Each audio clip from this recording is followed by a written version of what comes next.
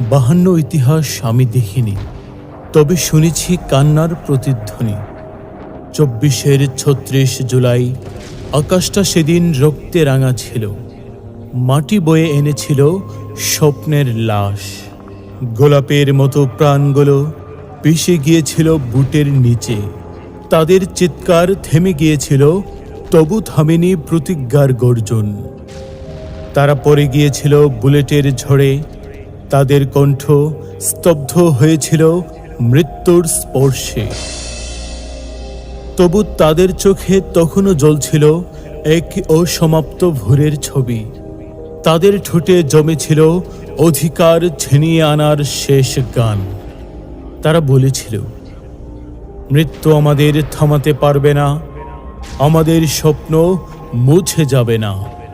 তাদের রক্ত বয়ে গেছে ঢাকা শহরের রাস্তায়, তাদের শপথ ভেসে গেছে